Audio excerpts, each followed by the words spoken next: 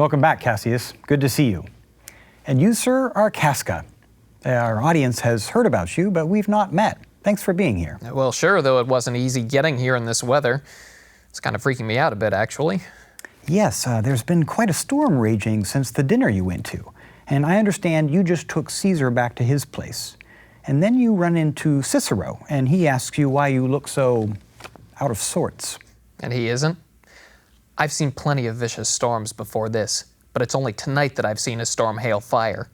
Either there is a civil strife in heaven, or else the world too saucy with the gods incenses them to send destruction.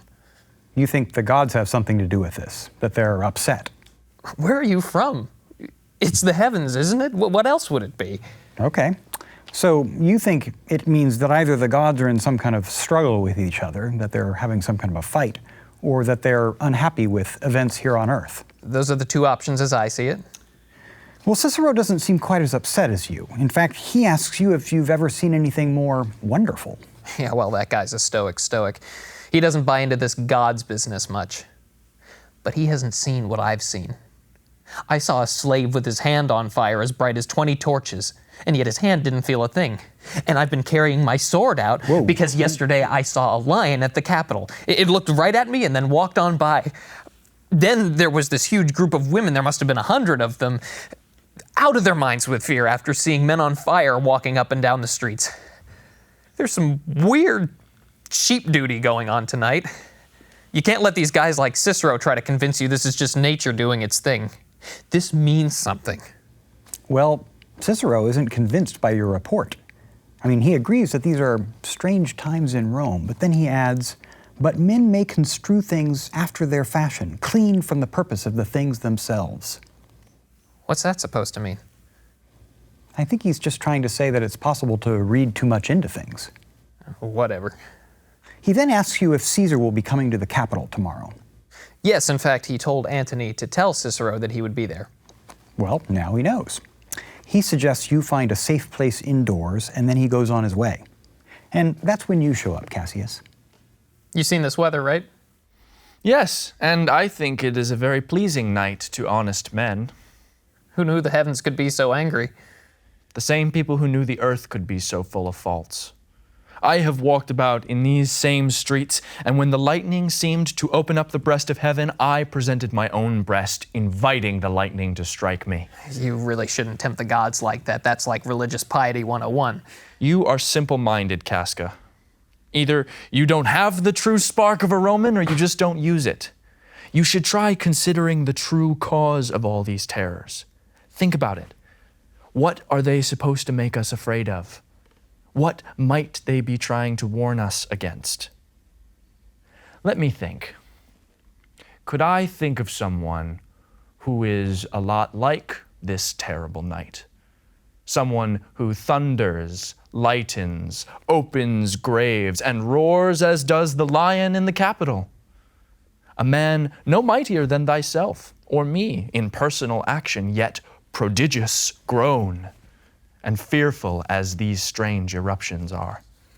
You must be talking about Caesar. Well? Let's not name names.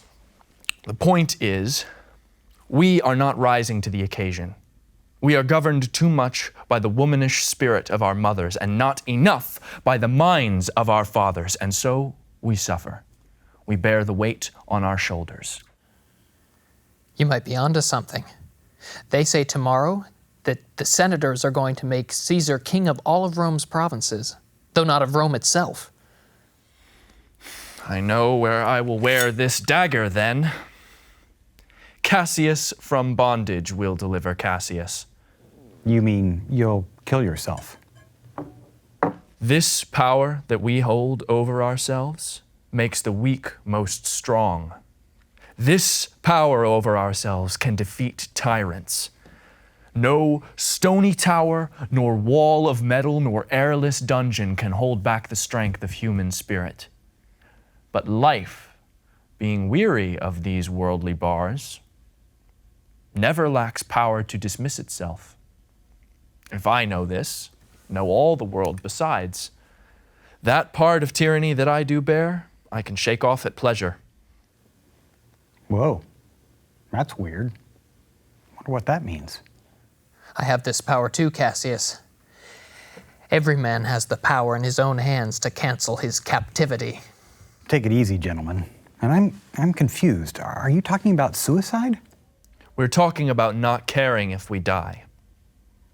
Why should Caesar be a tyrant except for the fact that he thinks we are afraid of him?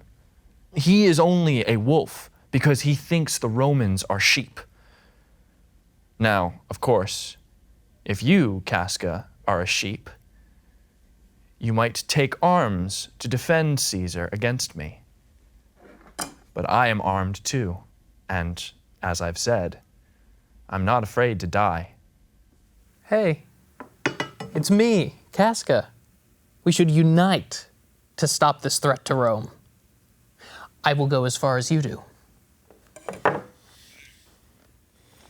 Wow. I think the conspiracy against Caesar just started right in front of me. We're not alone, Ralph.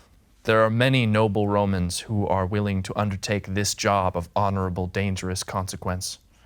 Honorable dangerous? Is that a thing? Well, it's a dangerous task, Ralph. But it's honorable.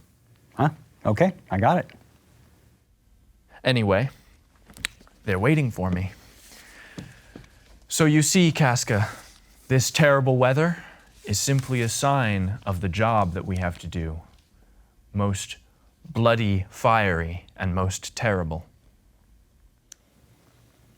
So you think this weather is just a sign of the difficult task you have ahead. But Cicero thinks that we have a tendency to read these strange events in our favor and then miss what they're really about. I guess we'll find out, won't we? But it's at this moment that Cinna shows up. Don't worry, he's a friend. Yes, Cinna asks if you could possibly win Brutus to your cause. I'm working on that, remember, Ralph? And in fact, I would like Cinna to go to the house of Brutus and take these letters and leave them where Brutus may find them. The ones that tell him how much Romans love him and how worried they are about Caesar in the future. Exactly. I wonder if Decius Brutus and Trebonius are at the meeting place. Cinna says that they are. It's only Metellus Cimber that's not there yet because he went to look for you at your house. Then he goes off to plant the letters. Brutus is almost ours, Casca. I'm going to go to his house before the morning, and then he will definitely be ours. And that would be a big deal, I take it. The Roman people love Brutus. Anything we do that might seem terrible to the people will be transformed into virtue and worthiness if he is with us. Well said, Casca. Let's get going. By morning, Brutus will be ours. Good luck, gentlemen.